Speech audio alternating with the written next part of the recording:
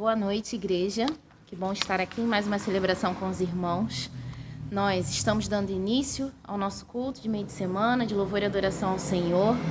Que o Senhor te abençoe nessa noite. Compartilhe esse link com alguém que precise ouvir da palavra de Deus. Curte esse vídeo, se inscreva no nosso canal e vamos juntos cultuar ao Senhor. Vamos orar? Deus, muito obrigada pelo teu amor, pela tua graça. Obrigada porque o Senhor cuida de nós. Obrigada pelo teu cuidado conosco a cada dia, a cada momento. E nós louvamos o teu nome e reconhecemos que é o Senhor que está a nos suprir, a nos proteger, a nos guiar. Louvamos o teu nome. É isso que te oramos em nome de Jesus. Amém. A palavra do Senhor em Apocalipse 7:17 vai dizer assim: porque o Cordeiro que está no meio do trono os apacentará e lhes servirá de guia para as fontes vivas das águas, e Deus limpará de seus olhos toda a lágrima. Nós vamos cantar agora a canção que diz Meu Protetor, né? Que o Senhor é o nosso protetor, a nossa força, e eu quero te convidar a louvar a Deus nesse momento.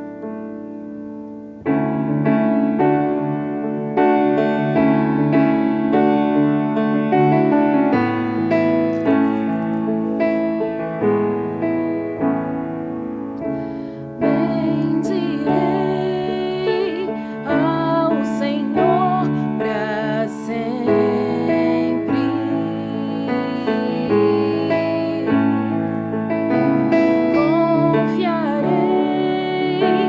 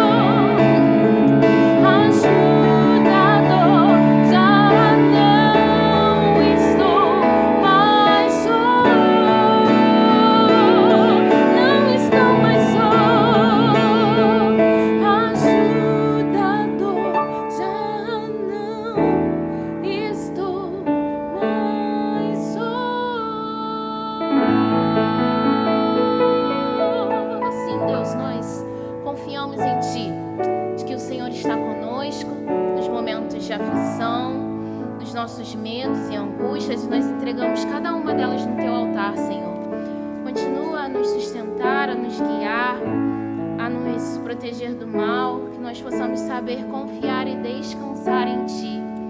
E saber e ter a certeza de que o Senhor está conosco, de que o Senhor é o nosso refúgio, o nosso socorro bem presente. Ó Deus, nos colocamos o nosso coração no Teu altar e descansamos para que a Tua vontade, que é boa, perfeita e agradável, prevaleça em nossa vida. É isso que te oramos em nome de Jesus. Amém. E nós vamos continuar louvando ao Senhor, dizendo: cantarei ao meu Salvador. Esta linda melodia, louvando ao Senhor pela graça dele, pela bênção da salvação.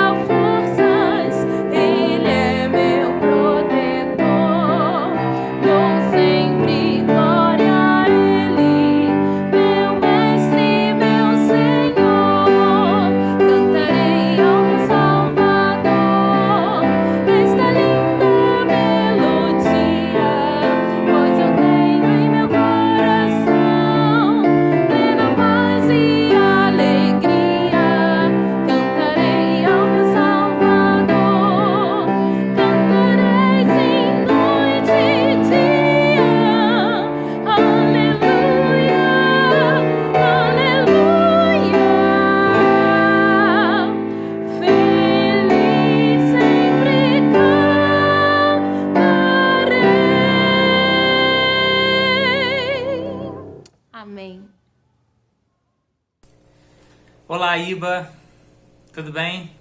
Boa noite. Mais uma quinta-feira, a gente está por aqui. Essa é a última quinta-feira de outubro. E eu quero falar da minha alegria por ter, nesse mês todo, falado sobre fé. Foi muito edificante, acredito que para vocês, mas muito mais para mim, né? Eu posso dizer do meu particular.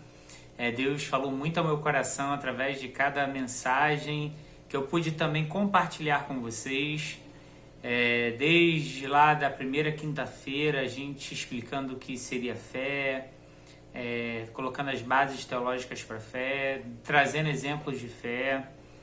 E nessa oportunidade, né, já que é o fechamento, eu quero terminar falando de fé. Acho que não poderia ser diferente. Mas eu quero usar o mesmo livro que eu usei na primeira mensagem desse mês, que foi o livro de Hebreus. Eu quero usar a partir do seu capítulo 11, eu quero trazer a palavra para o seu coração nessa oportunidade. Mas antes eu quero que você repare na foto que vai aparecer aí na sua tela, porque ela traz consigo o tema para a nossa reflexão sobre fé em mais essa oportunidade. O tema para hoje é a verdadeira cristofobia.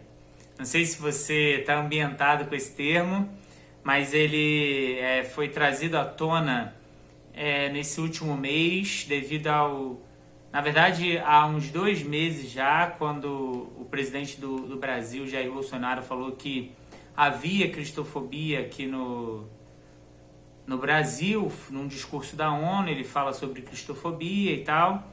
E aí, um pouco tempo depois, lá no Chile, nós temos as notícias que 2 igrejas católicas foram queimadas, né, por conta de brigas político-sociais lá.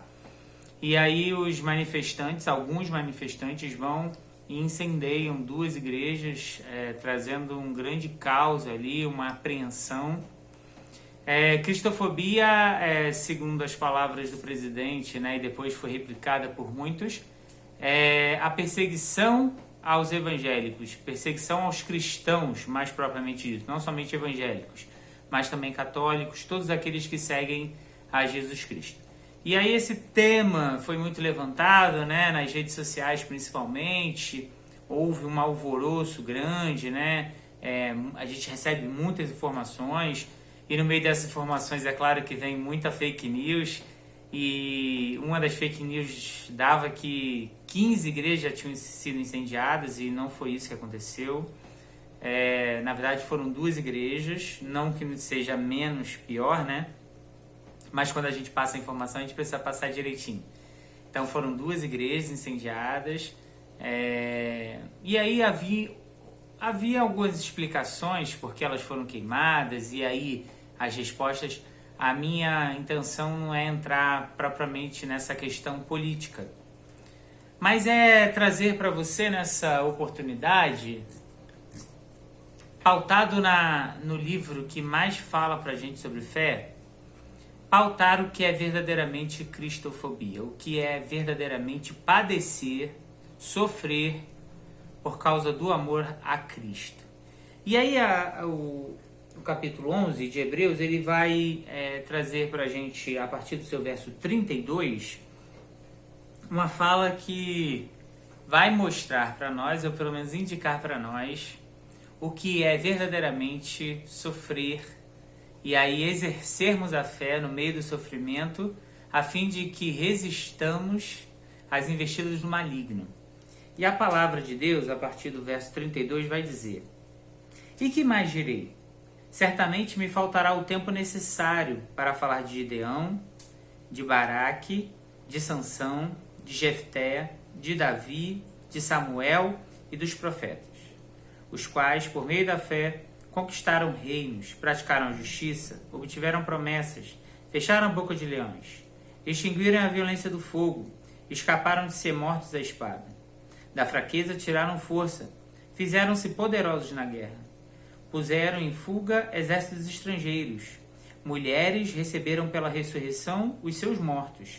Alguns foram torturados, não aceitando seu resgate, para obterem superior ressurreição. Outros, por sua vez, passaram pela prova de zombarias e açoites. Sim, até de algemas e prisões. Foram apedrejados, cerrados ao meio, mortos ao fio da espada. Andaram como peregrinos, vestidos de peles de ovelhas e cabras. Passaram por necessidades, foram afligidos e maltratados. O mundo não era digno deles. Andaram errantes pelo deserto, pelos montes, pelas covas, pelos antros da terra. Todos estes, mesmo tendo obtido bom testemunho por meio da fé, não obtiveram a concretização da promessa. Porque Deus tinha previsto algo melhor para nós, para que eles sem nós não fossem aperfeiçoados. E quando a gente iniciou lá naquela primeira quinta-feira de outubro, a gente usou o texto de Hebreus 11:1, né, que vai salientar, vai trazer contornos mais definidos para o que vem a ser fé.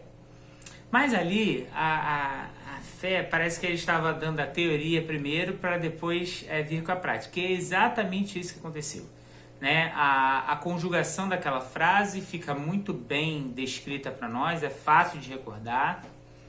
Mas aqui, a partir do verso 32, e até antes mesmo, mas a partir do verso 32, ele vai trazer uma série de outros personagens que foram tão importantes quanto os outros que nós já citamos durante esse outubro, né?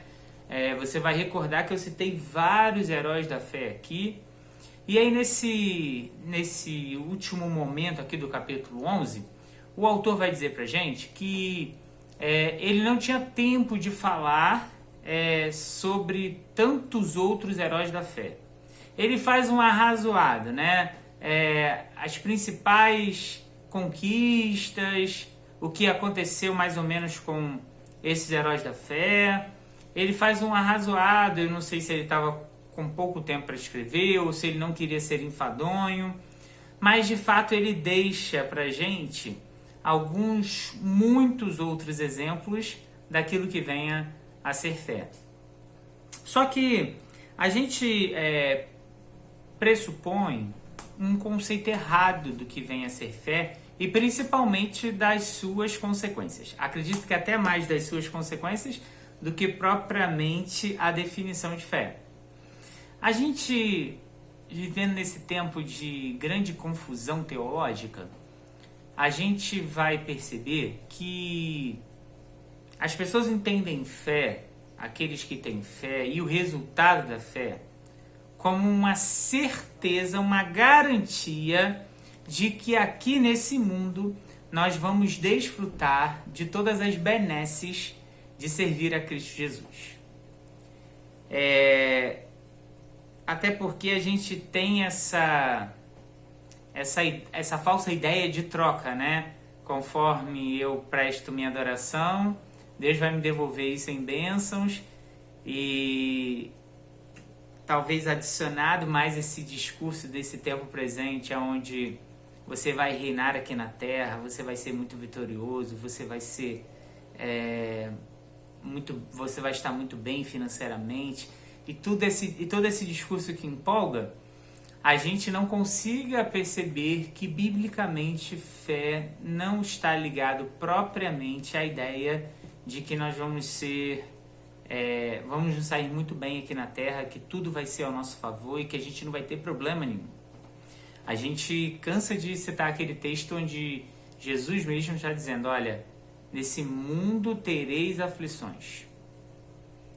Só que a gente não consegue perceber isso, né? Essa verdade, quando a gente está louco para que a nossa bênção chegue.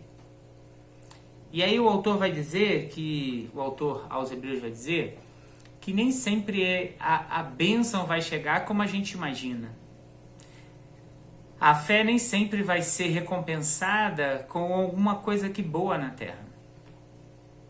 Em muitos casos, a gente só vai ter a recompensa mesmo quando estivermos nos céus.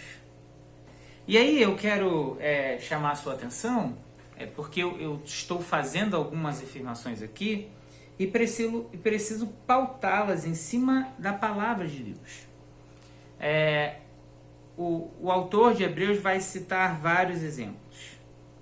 E aí ele vai, depois que ele cita os exemplos, por exemplo, ele fala em Jefté, ele fala em Baraque, ele fala em Gideão, ele fala em Sansão, ele fala em Samuel, ele vai falando Davi, ele vai dando diversos exemplos. Mas depois que ele vai dando todos esses exemplos de fé, de homens que foram heróis da fé, ele vai dizer o seguinte, olha, esses homens foram grandes homens, tivemos grandes homens, grandes mulheres de fé.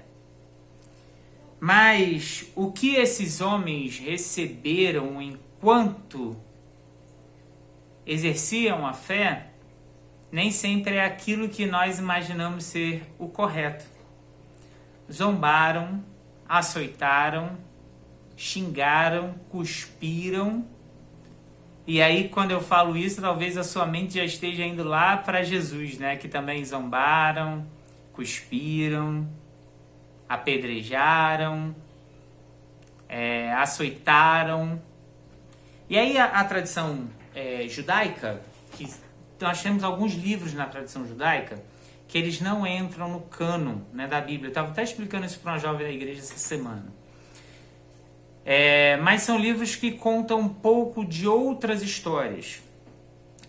E nesses livros, por exemplo, não sei se você sabia, Mas temos o relato que Isaías, o profeta, ele foi cerrado ao meio. E quando a gente lê Hebreus 11, a gente lê aqui nesses versículos, ele fala que por amor a Cristo, pela fé, alguns homens foram cerrados. E a tradição vai dar conta que Isaías ele foi cerrado ao meio. Ele também vai dizer que alguns homens foram apedrejados. E a gente tem relatos de profetas, né? Eu até tinha separado um relato, eu não sei se eu vou conseguir pegar ele aqui para você. Sim, Zacarias, a gente tem relato que Zacarias foi apedrejado. E a gente sabe que Lázaro, por exemplo, vai ser apedrejado. A gente tem alguns exemplos de homens e mulheres que, no exercício da sua fé, eles pagaram com a sua própria vida. Quando a gente, então, está diante desse cenário apontado aí de cristofobia, a gente precisa entender o que é a verdadeira cristofobia. A gente não pode confundir as bolas, a gente não pode achar que qualquer coisa que a gente sofra seja perseguição. Na verdade, muito pouco daquilo que nós vivemos aqui no Brasil pode ser taxado de perseguição. E olha, eu quero dizer para você que a perseguição aos cristãos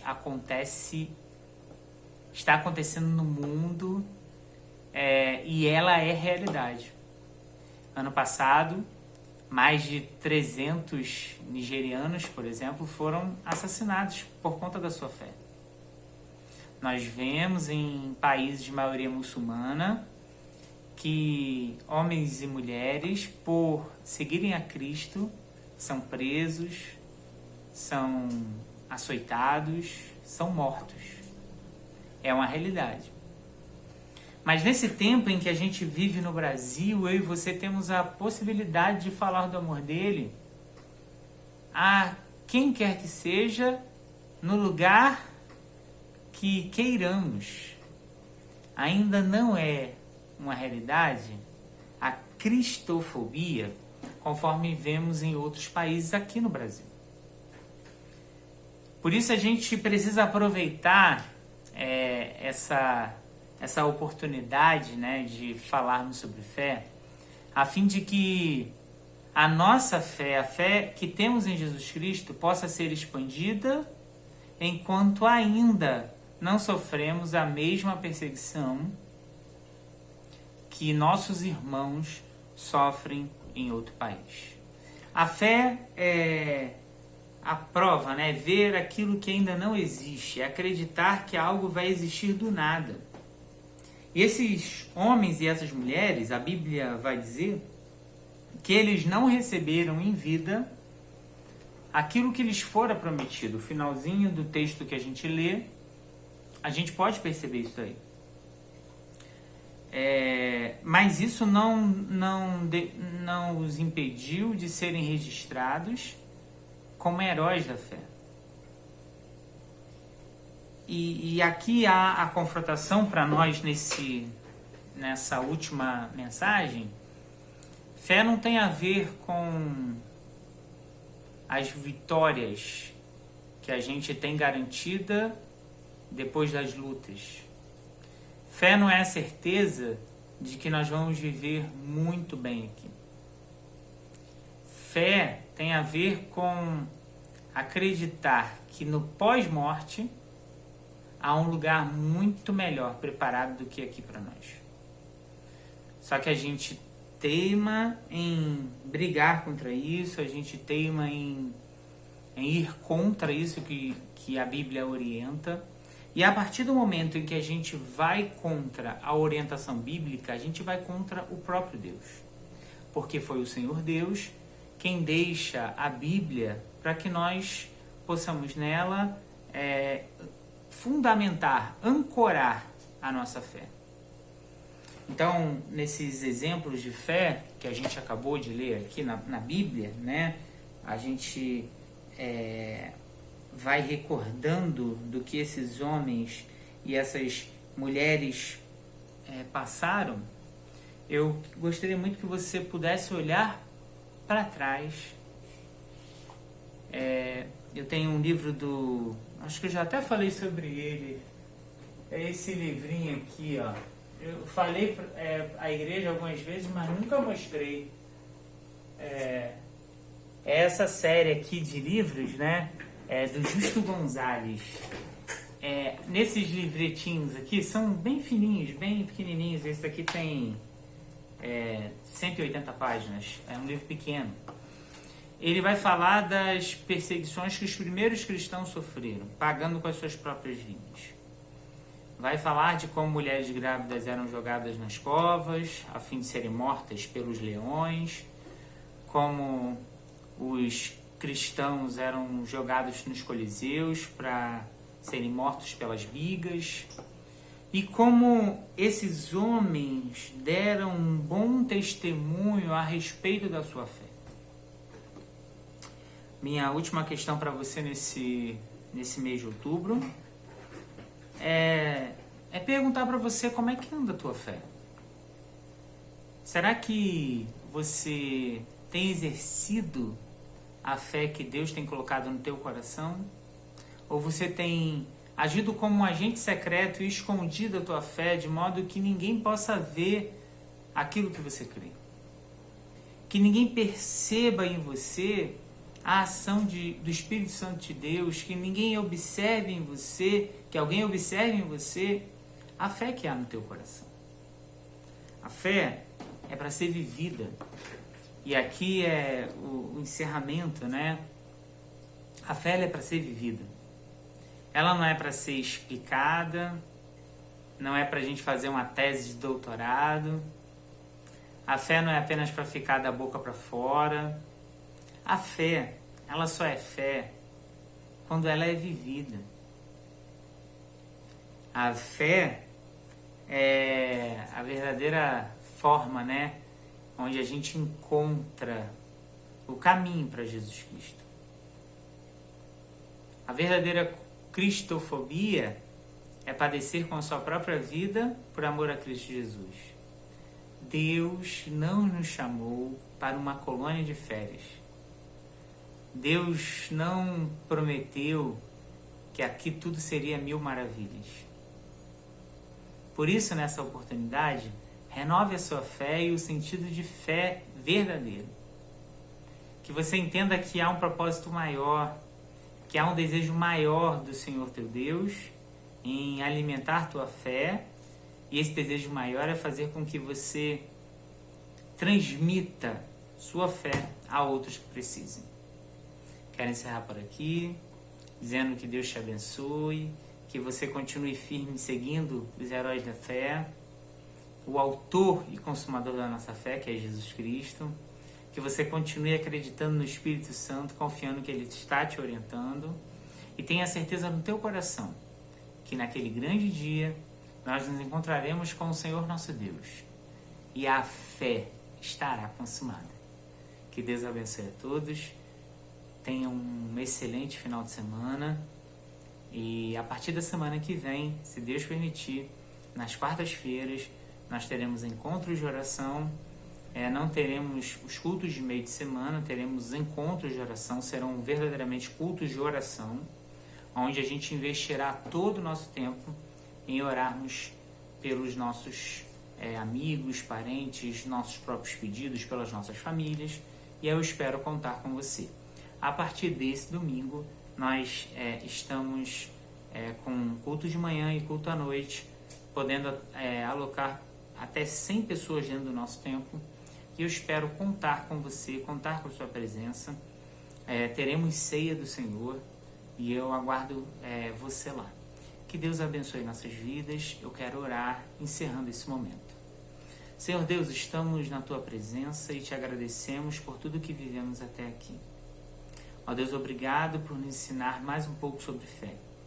Coloca mais fé em nós a fim de que possamos caminhar tendo coragem para fazer algo diferente com as nossas vidas. Fica conosco, guarda-nos, é isso que eu oro em nome de Jesus. Amém e amém. Deus abençoe você, gente. Até domingo, tá bom?